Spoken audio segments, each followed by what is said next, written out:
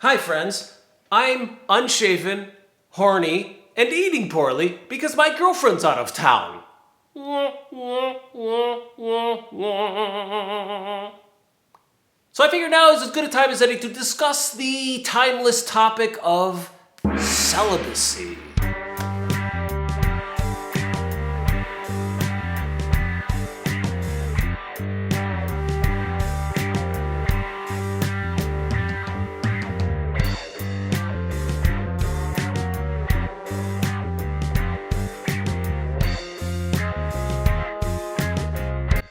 Within most Buddhist monastic communities, to the best of my knowledge, celibacy is practiced. People ain't sleeping together, as a general rule. Are they touching themselves? It's probably not encouraged. Holding on to your chi, your sexual energies, instead of expelling them out into the world, gives one power, the thinking goes, gives one focus and concentration. This discipline is very conducive to monastic practice. And there's also the fact, let's face it, sexual activity brings trouble. When you're out there in the world getting some, what you're really getting is into trouble. You're leaving your equanimous contemplative state, you're leaving your zafu cushion, and you're entering the human world of flesh and desire and whatever that chemical concoction is in our hearts and heads and bellies that becomes love, falling in love. Sex is a powerful, powerful energy, and it arguably keeps us within the samsaric circle of suffering. Birth, life, and death. Birth, life, and death. Am I curing you of your lust yet? Now, if you don't mind, I'll give you a boots on the ground overview of the practice of celibacy, such as it was, at the monastery Rinzai Zen Buddhist monastery where I lived for 13 years. Now, first of all, it technically was not a monastery because men and women were living together. So we called it a Zen center because we couldn't technically call it a monastery, given that there was boys and there was girls. Now I want to make it clear, we were an extremely serious monastic community. People were not running around sleeping with each other. Actually, they were. But always there was a price to be paid because you had to follow the schedule. And so the schedule was, tight. All right? So yes, there's a girl across camp that you kind of have a little bit of a crush on because she's the only female animal in the human genus that you've seen for 3 months. Never mind that she's not your type. Never mind that she's gay. Never mind that she's 67. Never mind, kidding. Listen, it was a very serious practice, okay? Your whole heart was into Zen, but there were people of the opposite sex around, and they often attracted to each other. Now, what would happen then pretty quickly was people would pair off and they would have to leave the monastery. So you couldn't sustain your practice as a scholarship student, much less a monk or a nun, if you had a partner. So my teacher even encouraged pairings, okay? As I've talked about in other videos, he said relationships, and especially marriage, are the only true monastery in the West. I mean, that's a really deep statement that I've contemplated very often ever since then.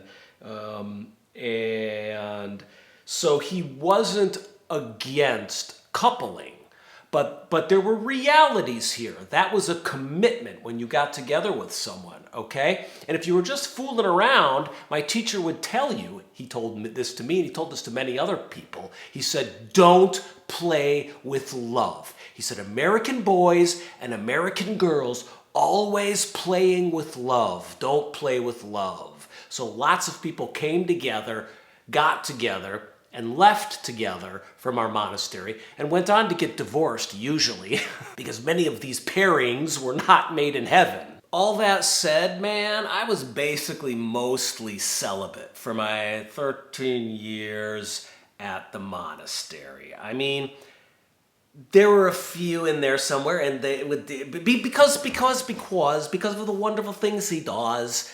The sex and relationships and monastic life are kind of at cross purposes with each other. They just are. Sex and the spiritual life, I don't believe. And in my observation and in my own experience, they are not at cross purposes with each other. Sex and the spiritual life. But sex and the monastic life kind of are. So when I was living at the monastery, I wanted to stay there. I wanted to do my training. I wanted to work with my teacher. I wanted to be a part of the community. And I knew that if I got distracted by the siren's call of the very few potential partners that passed through the monastery, I would get pulled to the shoals and the ship of my practice would crash. So I tried to keep my vision on the horizon, right? But there were a few diversions. I remember I was with this, I had gone to one of our sister centers, which was awesome. They had like bubbling hot tubs, not hot tubs, hot pools. And this is in not Arizona, New Mexico, and it's like in the mountains, and there's our sister center, and there were these bubbling hot pools. You know, people would come down into the hot pool. Sometimes they wouldn't be wearing any clothes. It was really a fun Zen center. I wish I was still a part of that one. And they did a Buddhist seminar there where they had Buddhist speakers come in, which meant, you know, college students would come. And one of the college students, she was much older. I wasn't skeezing on some young college student. She was a few years younger than me, but she had like left college because she was a party girl. And then she had a kid and came back to college and wound up taking a Buddhist seminar class at this temple. And we became friends and lovers. And I actually invited her to my monastery. I told you this story. And I was in this really crazy, not my monastery, I invited her to my ordination. So it was this weird kind of rebellion that I had going on. I was like, yes, I'm fully committing.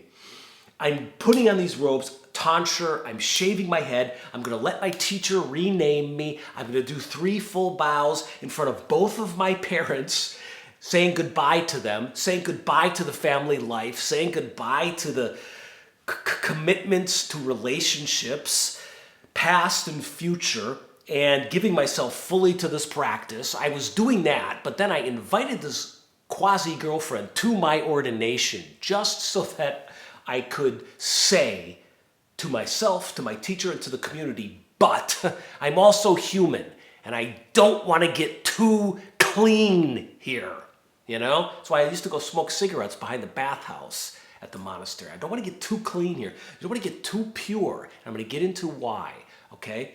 So she came to my ordination. That was interesting.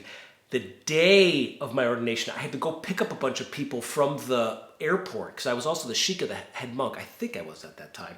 And I was wearing my underrobes because I didn't have time to go and change. And I was driving down to the airport and I was like, oh, I need condoms. So I went into Ralph's or CVS and I got condoms. I went up there and I put the condoms down and I was wearing my robes on the day of my ordination. And I never will forget the look that that clerk gave me. So because there were no hard and fast rules around sex in our monastic community, there were just decisions and consequences, like behavior and then manifestations or results in your life.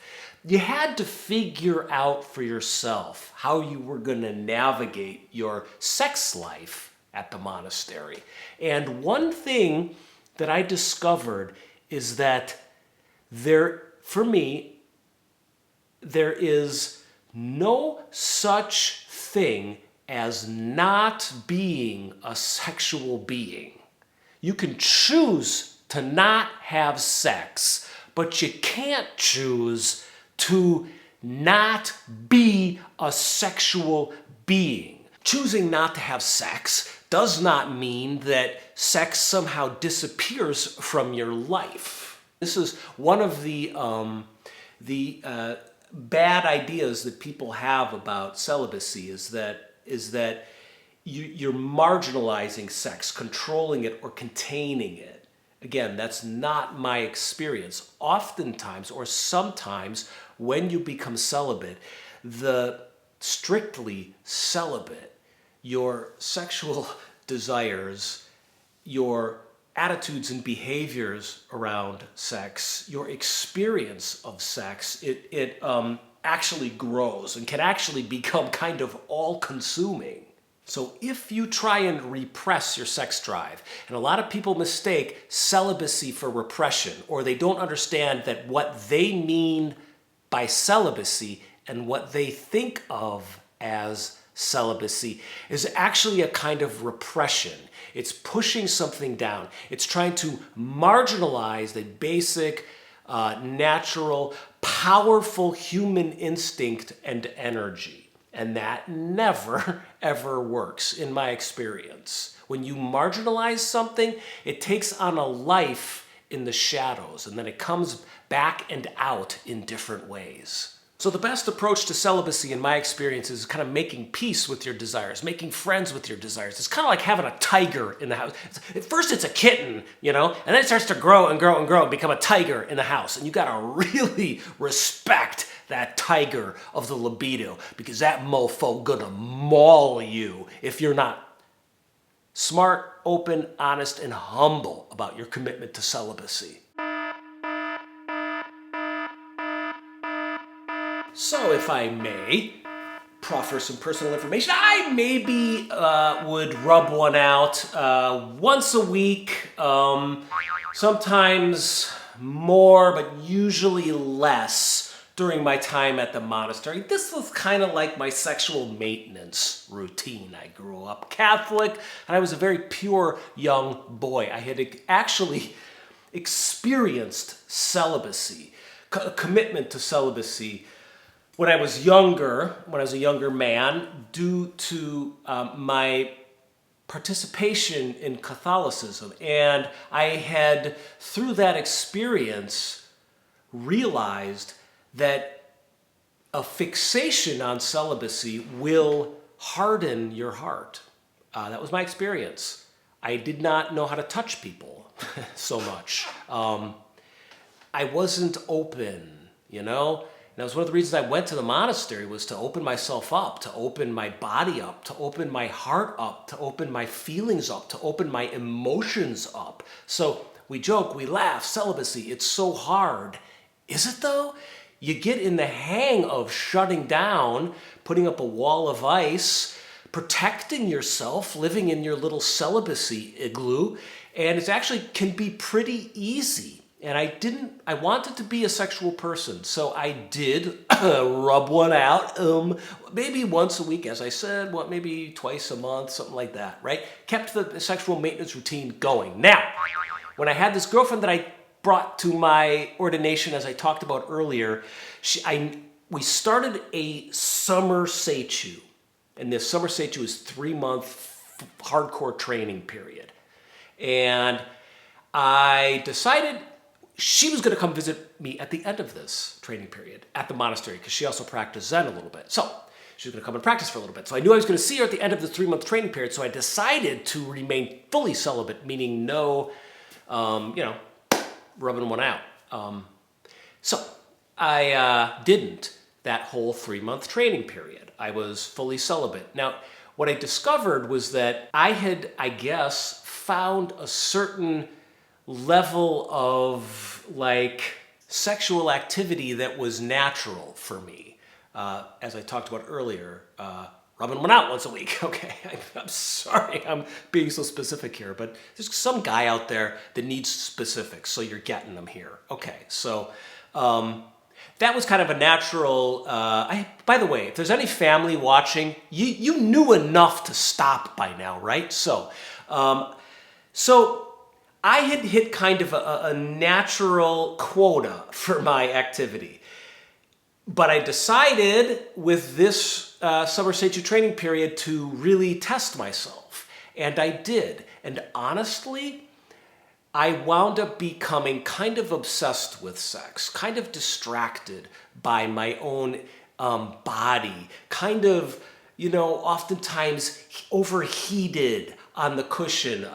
And it was a good experience because, here we go, like when that energy comes up in you, and it's the fantasies of sex on the cushion are so rich. I mean, it is like something out of Brave New World or a Philip K. Dick novel. It is like a holographic reality with like haptic sensors on your every nerve. You're like just sitting there. Anyways, so I had a lot of these types of experiences on the cushion. And one of the good things about this was that Buddha nature that is within all of us awakens during certain moments, and you can see what you're thinking and feeling.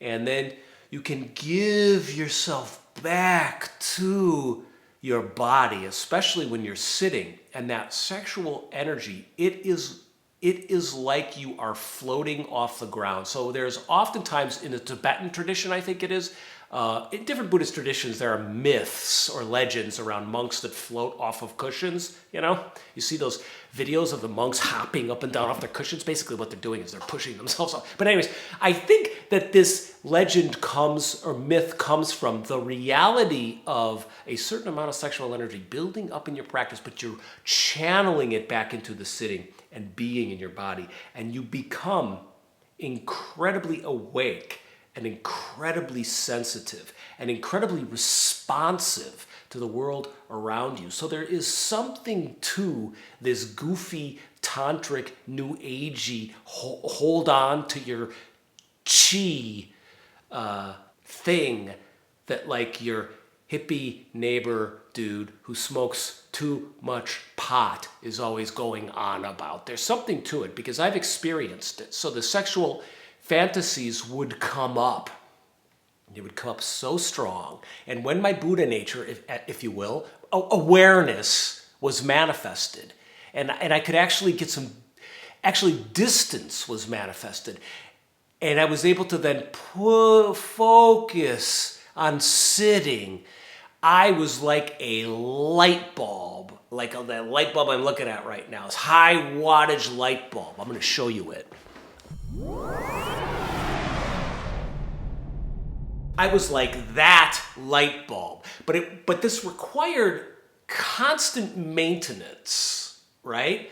When a new student would come, I'd be talking to her, and I would start being like, "Oh wow, she's really pretty," and I would have to, I was very on the edge, and so it's constant maintenance and awareness, if you will, and channeling that energy back into my practice. I think coming out of that experience, one thing that I learned is, as I said, there's no such thing as not being a sexual being.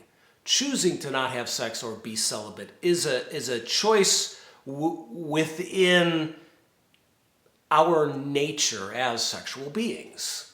And if you repress that energy, there's sitting with it, being aware of it, respecting it, honoring it, working with it, and then there's repressing it. Okay, then there's holding it down, then there's ignoring it, then there's not looking at it. And if you get in an adversarial relationship of any kind, or a dismissive or diminishing relationship with your libido, with your sexuality, that libido will turn into a serpent and it will strike. You will make the wrong move with the wrong person and create a huge mess for yourself. Or maybe your libido will die inside of you and you will maybe shrivel up inside your little igloo of celibacy. So I guess what I'm getting at is, as with all things in Buddhism, there's a middle way. There's a middle way between never having any sex and pretending you're not a sexual being and being a Ron Jeremy, like porn star prostitute who's constantly indulging that impulse. Okay, there's a middle way between the two. So, real quickly now, I want to share some lessons from the monastic front with regards to celibacy and sexual satisfaction and gratification. Here we go! Generally speaking, I think it's better to err on the side of respect towards sex. It's very powerful, very sticky, if you will, activity channeled or given to the right person. It's fun. So, young man, if you can, get off your couch. No more porn, because it sucks the sexual energy out of you. It's like you're very hungry. Hunger is good. And then you go on to a website and they are offering you a bowl of Skittles and a can of Coca-Cola to pour into the Skittles. And then they offer you a spoon and you eat like cereal the Coca-Cola dripping Skittles. This is no way to satisfy hunger. It's unhealthy. No nutrients. Of course, the era and the age that we live in, everybody, it seems, just about here, there, gets sucked into the porn vortex. But that website will take that potential for love and for connection. See, this is why my teacher didn't tell us to remain celibate, I believe, because hormones bring you into the world. They open your eyes. They connect you to the people around you, to your species, to this planet, to the grass in the ground, and to the photons coming from the sun. That's your energy coming up through you. Don't give it to YouPorn. Don't give it to Pornhub. So I do believe if you're single, I think it's good to practice celibacy the way I did at the monastery.